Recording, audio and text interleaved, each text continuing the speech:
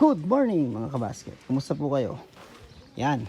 Sa video na to, papakita natin yung ating bed preparation para po sa ating extension ng greenhouse. So since tapos na yung ating ginawang greenhouse dito na made up of bamboo, coco lumber, and 150 microns UV plastic, ngayon naman ay piniprepare na natin yung tatamnan ng ating bell pepper. So initially po ang gagawin natin dito, magtatanim po ako ng bell pepper. Ano yun na yung pupunlaon doon sa gawin doon, Aristotle. And then habang hinihintay natin yung bell pepper, i-intercrop po tayo ng mga lettuce. Okay? So 1 month harvest yung lettuce, after 1 month pwede tayo mag-start magpaganda ng ating bell pepper. Okay, balik tayo sa topic. Paano bang ating bed preparation? So unang-una, tingnan natin yung dimension. So ang ginawa ko po rito ay 1 meter, no? 1 meter po yung lapad ng ating bed. And then meron tayong 40 cm to 50 cm na sidewalk. And then 1 meter. So yung haba po natin nito ay nasa 9 meters. Kaya kung tutuusin po natin, nasa 50 to 54 linear meters po yung ating pwedeng tamnan dito po sa area po na ito. So ang una ko pong ginawa dyan, syempre i-mount natin yung ating bed, itinaas natin para maging magkaroon ng enough elevation yung ating bed, sa ganon yung roots ng ating mga itatanim ay naka-elevate ng konti.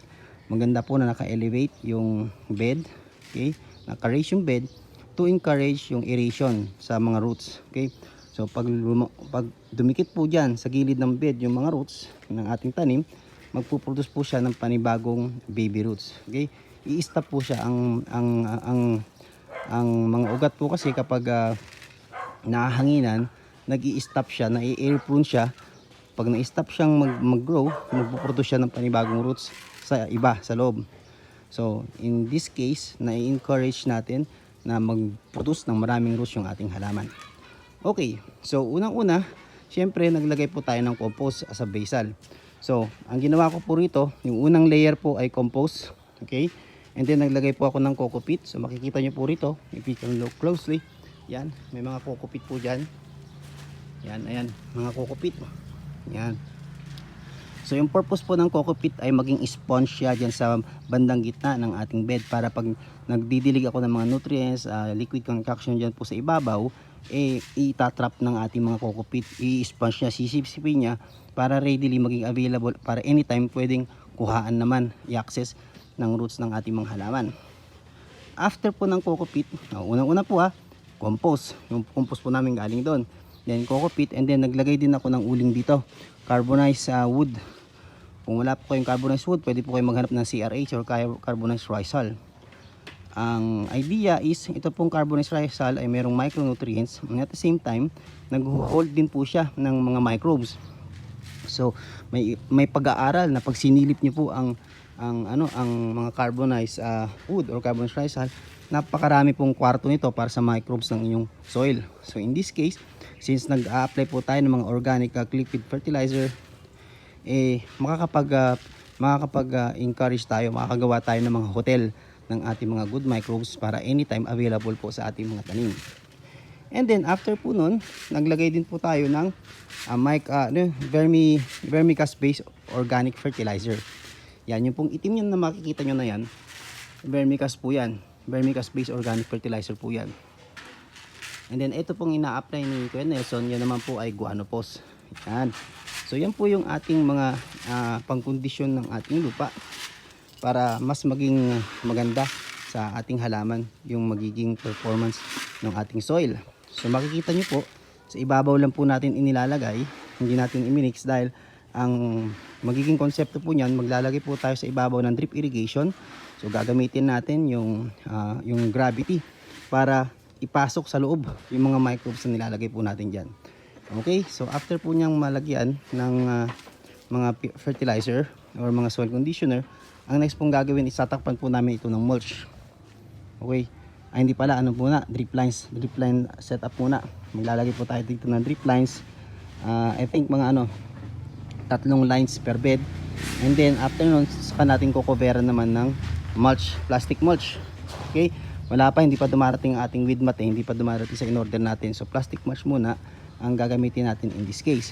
Then sa sidewalk, gamitin ko yung aking old weed mat para hindi tumubo yung mga damo dyan sa ating sidewalk.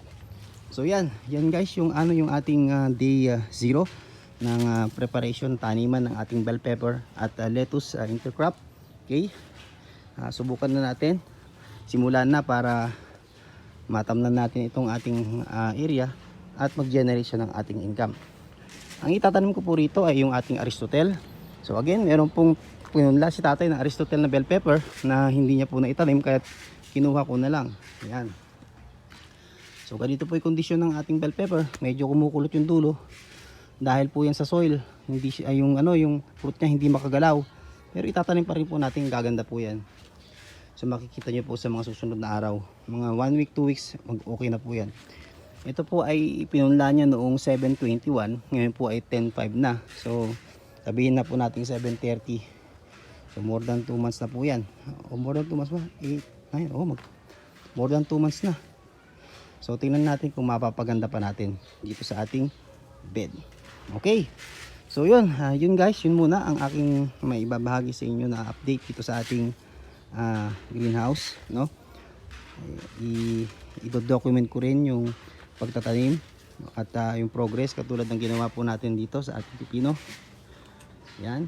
Okay, sa mga nag-aabang sa update ng ating pipino, check nyo lang po sa susunod na video, gagawin ko na lang siya ng separate post. Okay. So ngayong video na to, ito ay para po dito sa ating bell pepper at saka lettuce. Kaya yan po kanyang kondisyon. Okay.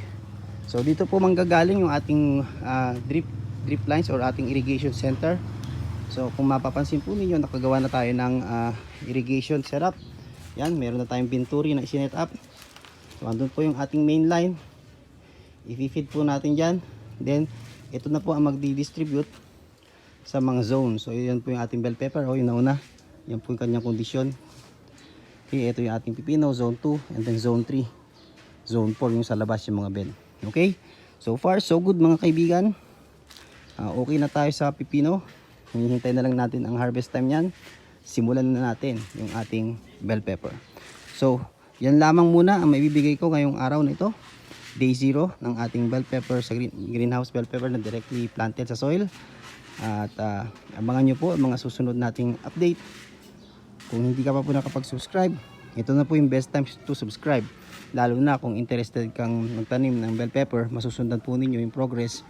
And if kayo po ay specialist sa pagtatanim din ng bell pepper at meron po kayong suggestion, advice, I will appreciate na mag-comment po kayo dito sa ating page para po, or dito sa ating post para po ma-improve namin yung aming pagtatanim. Kung pinapanood mo to sa YouTube, kung nasa YouTube ka nanonood, please click subscribe and notification bell, no? I-click nyo rin yun para once na mag-update tayo after 1 week, makikita ninyo yung progress. Sa mga nanonood naman sa Facebook, alam you know what to do. Meron po dyang follow button. Click nyo lang po yung follow button. And sabay-sabay nating sundan, sabay-sabay nating tingnan ang magiging progress ng ating journey dito po sa ating bell pepper. Ang temperature po dito, ito po ay ang aking greenhouse po ay located sa Nueva Ecija. Napakainit po dito, low elevation area. So titingnan natin kung po pwede ba na makapagtanim tayo ng bell pepper dito sa low elevation area. So of course, inihanda na natin. Meron na tayong net shade dyan or sunshade na 50%. Dahil alam naman natin, hindi sobrang init ng mga bell pepper.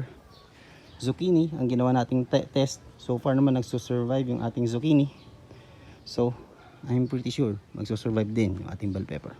Okay, yun lamang mga kaibigan. Maraming salamat sa pagsubaybay. Magkita-kita po ulit tayo sa susunod na video. Mag-ingat po kayong lahat. Bye bye.